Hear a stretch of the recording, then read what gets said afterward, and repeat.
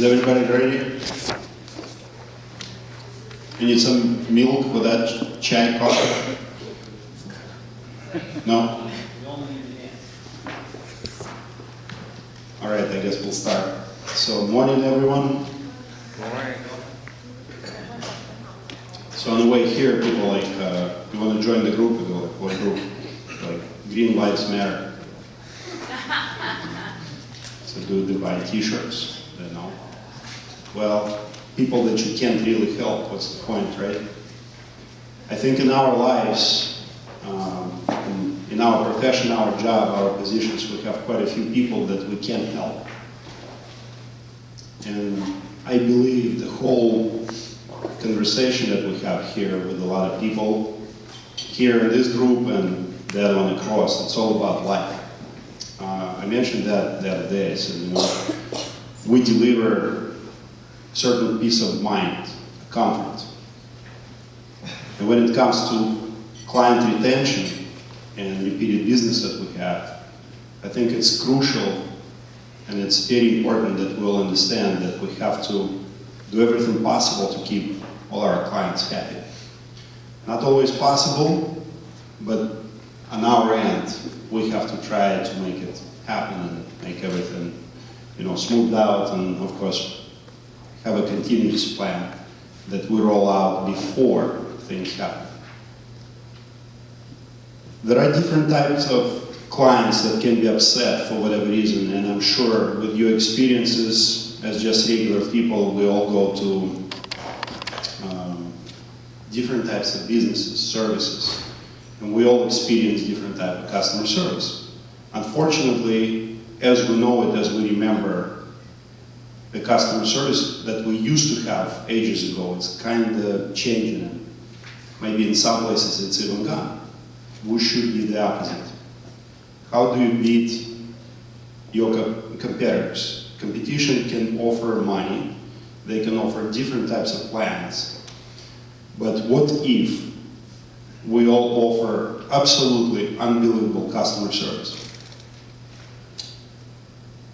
I can go for hours about this, but we have just a few minutes, so we'll go over some points. I will bring some examples, so I think it will be kind of relevant to some of you, and I'm sure you will eventually run into some cases. Hopefully it will, you know, give you some pointers and ideas. More than welcome, of course, to shoot some questions, and you know, if someone can be helped, I'm here to help. As I started off with the company, and I mentioned that one of our clients that we booked, Trish booked it at the time, he would be really like going crazy and flaming up, not giving us the address where we were supposed to be having a tournament set up. And I think Alex said, why don't you talk to that guy? You go into that tournament. I said, okay, great. So I called the guy, and he was just, you know, going crazy on the phone, just losing his marbles. And long story short, going back and forth, we eventually ended up, you know, smoothing things out. He gave the address, we had a tournament, we paid him $60. But Victor found out about this. He said, who's that guy? So kind of from that point on, there were some cases that I was given trying to retain clients, retain certain customers, and try to help the situation. It's extremely important that we don't neglect any situations. And one of the recent events kind of proved me. I was in Seattle, Washington, and there was one of the cases pending.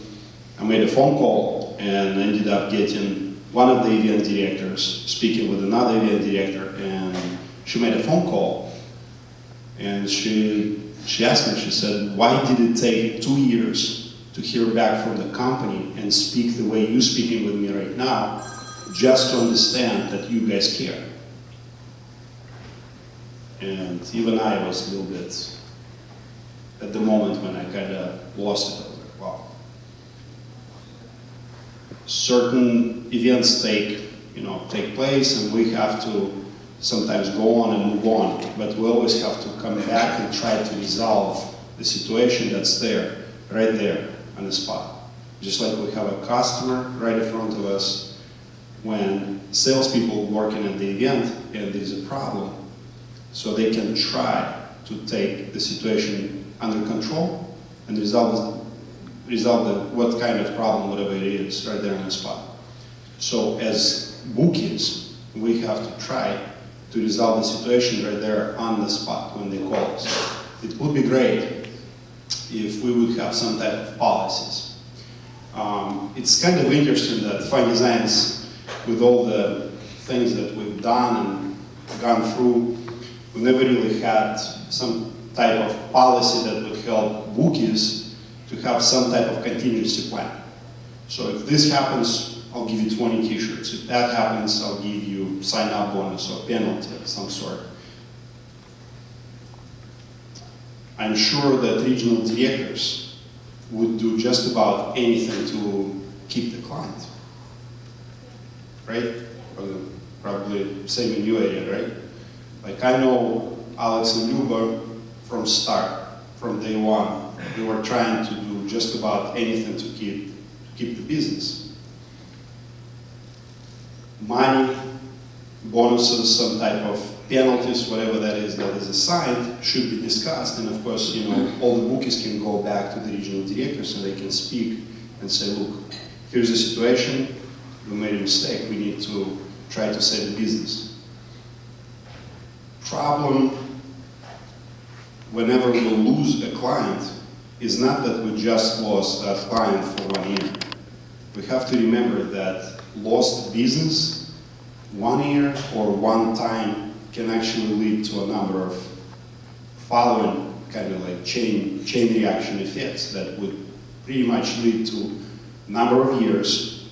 So you lost maybe that client, not for 1 year, not for one season, but for a few seasons.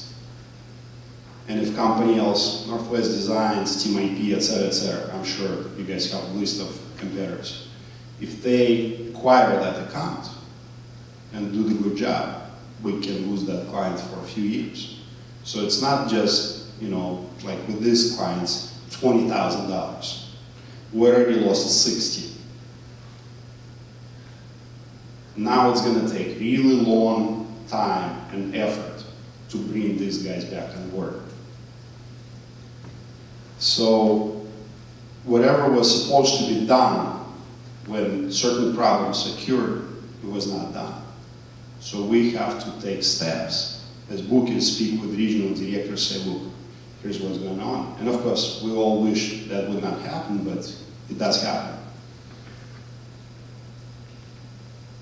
So in certain cases, we have to feel comfortable as bookies, I believe, that we can resolve, you know, certain situation right there on the spot. There is nothing really written down, unfortunately, that I can easily say, okay, I'm going to give him, you know, this much, and just, you know, keep the business. But we have to try. Clients can be upset for a number of reasons. It might be money, mainly customer service though. So that's probably the worst case scenario, customer service. That's the stuff that really gets them going. And upset customer can be also an angry customer. And if angry customer kind of stays angry, they go into a next stage because they feel that they treated unfairly. And that's a really bad memory. Because that will probably take the hardest effort to bring this customer back, that client back.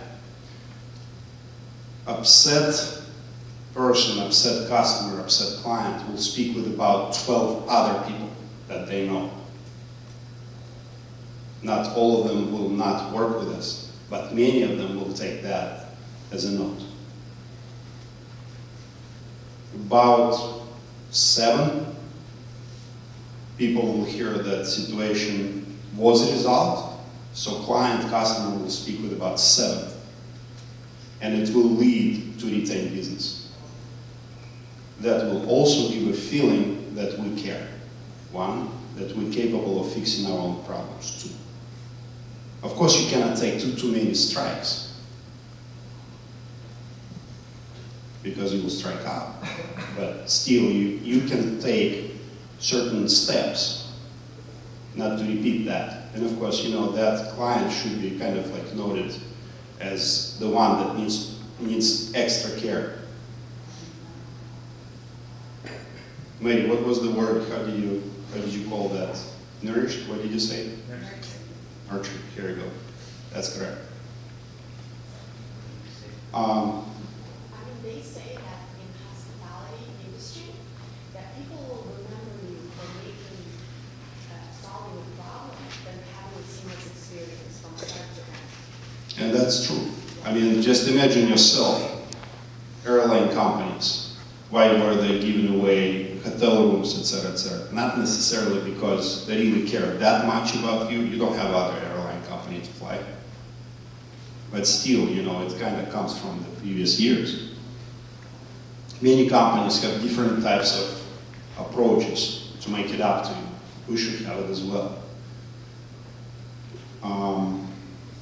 I feel that it's really hard to gain the trust back over these years, over the course of all these years.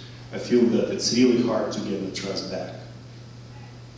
And it takes a really, really long time to close some big cases or just difficult cases. There is a loyalty. There are many, many reasons why people don't really want to switch, and then something goes wrong. And of course, as bookies, we get that frontline fire. But I believe all regional directors and many bookies should collaborate, work on certain points, and maybe even like a short list of things that we can do, and take, as a company, using those steps to maintain and retain the business that we have. Of course, it's best, like I said, so we do not get into the trouble zone. Yeah. Can you give some examples? Oh, yeah, absolutely. Couple steps, just for me to have in mind. Absolutely. We have a football coach. He calls, I think, Monday, and he was speaking with Neri. I don't know if many of you remember her, but she was doing some booking with us. She's, the most soft-spoken girl, most polite, unbelievable. Not like me. She's crying. She's running in my office going, oh my God. So they set up outside of the venue on the parking lot, and all the people were inside of the stadium. Of course, the football game going on. I think it was like 4 or 5 schools playing, well, not 5, but 4. So nobody's buying shirts. So 2 girls had to take the tent and all the stuff being carried inside. I don't remember how many hundreds of feet, but they had to literally move their spot. Sales were about, I don't remember how much it was, but I remember one thing, it was $38 that we owed to that tournament director. And guy is just, there was some English, and there was some other stuff. Exactly. And that's the guy. I said, what did you do to help them out? Well, you were supposed to this, that. And sometimes you just have to let the client vent, just kind of let the steam blow over your head, I guess, as long as you just. In the end, the long story short, I said, what did you do to help the situation out? You gave their own spot, etc., etc. So sometimes it's great to know the whole story. We not always know what happened until the tournament director calls. It's a problem. Because you get one-sided story. As bookies, to get the phone call from the tournament director that we just booked, brand new one, you sometimes really caught off guard what's going on. And of course your mind just goes in one direction. You just pretty much like a horse with shorts. You cannot see left, you just go right. Well, let me just clarify the question. I thought you were talking about like a short list of specific strategies that you can negotiate with the original owner to say, okay, for example, let's give them this bonus or this extra commission just so they're happier. Is that what you meant?